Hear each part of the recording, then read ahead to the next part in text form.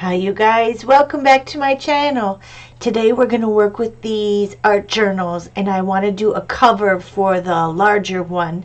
So stay tuned and I'll take care of the smaller one in the near future. So this one is by Finnebar and it has some really great mixed media paper inside of the journal. So I am just going to create a cover for it. I was thinking I was probably going to be giving it away for a gift, but now that it's finished, I'm not sure. I don't know if I can part with it. But I'll just put it on my pile and we'll see what happens. I'm just covering the inside pages so I don't get any ink or paint on them with my parchment paper. And I'm putting on a couple of those large clips so that it holds the paper down. Those little clips are just a little too small for very much projects. So I'm opening it to lay it flat, and my thought was gesso over the top, and then we're going to use a stencil with some modeling paste, and we will put a really cool cover on here. I thought I was going to be able to use this piece of credit card to put the gesso on, but then I'm thinking, okay, well, how am I going to get that around the spiral the spiral edge there? So I had to go to a brush. And there's no possible way that you can do this without getting some of that gesso on the spiral wires there. So after being real careful with it for a while, I decided that I was just going to embrace the process and not worry about it. This is a handmade journal cover, and I'm sure when they do it in the factory, they take those covers and they decorate them before they put them together. So I'm going ahead and covering the front and back with my gesso, and I did give the front and back actually 3 coats of the gesso because it was absorbing into the front and back cover a lot. It was soaking right into that cardboard. So yeah, 3 coats is what I did, and of course we're going to be using some paint, so I may not have had to do quite so many, but that's just what I did for mine. I did also add a little bit to the edges, being very careful not to go on the inside cover of the art journal there, going real careful around that elastic string. And yeah, I'm thinking that this is going to be a very, very nice art journal cover. I wanted to do something quick and easy for you here. A couple of my recent videos got a little long, and I apologize for that. I know we are all busy and we want to learn and create ourselves. So this one is going to be quite quick and easy. And super simple too. I just started grabbing things out from my stash. I was going to use the butterflies that I will show you here. I make out of the paper clay, but my design that I came up with worked so well, I didn't feel that it needed any more elements on the cover or the back. So I'll use those in a future project. So here is the decor molds. They're by Finnebar, and this one is the butterflies. I will link it below, of course, and I will get you the exact name of that. Here's how they turned out, and I'll show you quickly how I put that soft clay in the mold. I had it in a bag because I didn't use it all when I was making my butterflies here, but I pressed it in with my fingers. I used this little spatula here that I got from scrapbook.com, smoothed it out, and then again went back over it with my fingers, just patting it in. and you can see how quick and easy this worked. Saving my soft clay in a bag, sealing it up real good and tight so none of the air gets to it. And look how cool that is. They are just super neat and easy. I think I'll be getting more of these molds, and I will use a few of these butterflies in the future with the next art journal cover that I make. Just using my pen blade, which is an X-Acto knife that's retractable, and going around the edges of the butterflies. It has a little bit of an edge on there I wasn't caring for. And also I'm dipping my finger in a little bit of water and just smoothing the edges there. And it really takes off that rough edge. Here is a stencil that I'm going to use, and it is by Stampers Anonymous. I will look it up. I believe it's called Swirls, but I'm not 100% guaranteed that that is correct, and I will link it like I said. So look down in the description box below, and I'm using some modeling paste and a spatula and putting that modeling paste through the stencil and being very careful when I'm lifting that up so I get a good impression.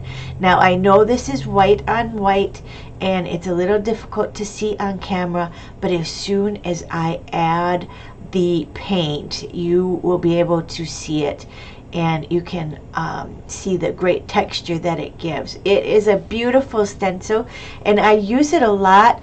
And when I thought about covering this art journal, it was the first one I picked. I had no doubt which one I was going to use. And I wanted it to be kind of a Victorian feel. I'm not sure why. That's just what was in my mind when I thought about this. So I'm putting a little bit at the top and the bottom on the right hand side of the front cover, because I know I want to put some lace in the other side. And this is kind of how I came up with the idea.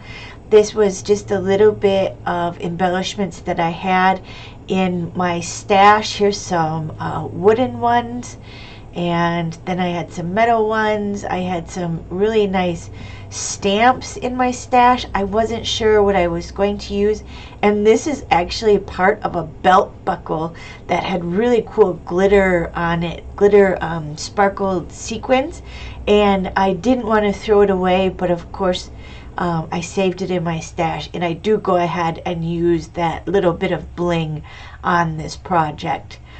The modeling paste, of course, is dry. The gesso is dry. And the color that I chose for my art journal cover was by Deco Art Americana, and it's called Sea Breeze.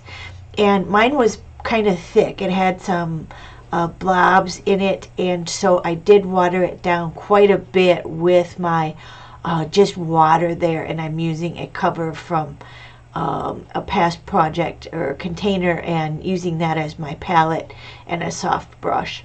So I'm going over the entire front cover, and I will go over the back cover, and I'm using a couple of baby wipes just to wipe off the paint from the modeling paste, because I wanted that white modeling paste to show through, and also I wanted the paint in the front to kind of look a little bit worn and muddled. So I'm just going over that with my baby wipe. So everything is dry now. I did the back cover, and I'm using my Liquitex ink, and it's a transparent burnt umber, and I'm using a dry brush, adding a little bit of water to make that run, and now you can see that texture that I was promising you. It's absolutely gorgeous, and it really did give that Victorian feel to the front art journal cover. I'm letting it run, and I'm letting it run into the spiral bound area there, so that it would get all of the cover with the brown over the top of the blue and the white. Again, doing the back cover in the same manner, putting down the ink, making sure that I seal it up good so I do not spill it. This is my favorite color of the Liquitex ink, and I have spilled it, so I only have about a third of the bottle left, and it makes me very sad. Of course, I'll get some more, but you know, when you waste your products, it's just unfortunate, but it happens. So letting that ink again run towards the center so that it gets close to that spiral binding, and using a damp cloth to make it finished the way I like it. I am using some vintage lace that I had in my stash, and I'm being careful that I am not adhering that hot glue gun to my fingers. I have a very, very big fear of hot glue guns, and so I am very careful when I'm using it. I have really damaged my fingers in the past, and I don't like that feeling when you have burning hot glue stuck to your fingers.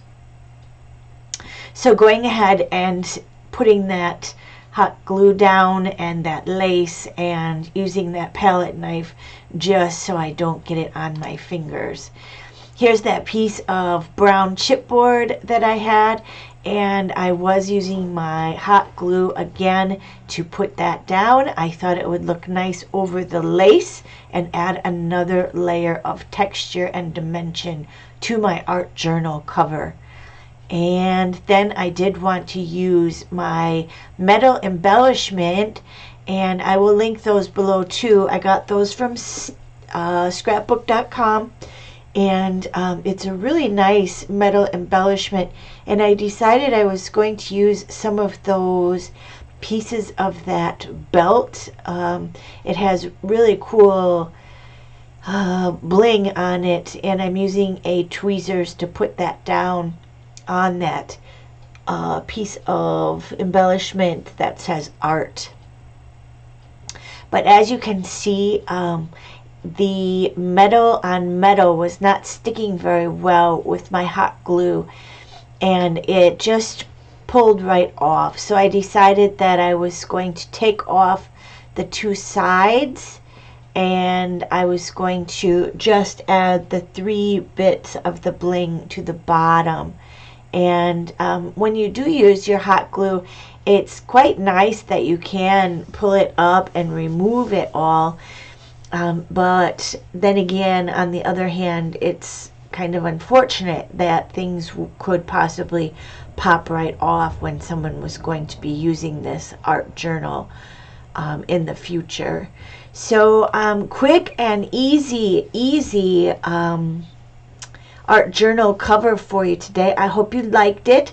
I would love for you to subscribe and like, and also be sure to comment and let me know what you think of this quick and easy art journal cover. Here I'm just going ahead with a little bit of my white chalk pastel and covering up some of that raised texture, just giving it a little more white to that area. Something you can do, of course you don't have to. I just thought maybe it would make that pop a little bit better. So enjoy your weekend and enjoy the pictures that follow, and let me know what you think. Have a great week, and we'll see you on Thursday. Thanks for stopping as always.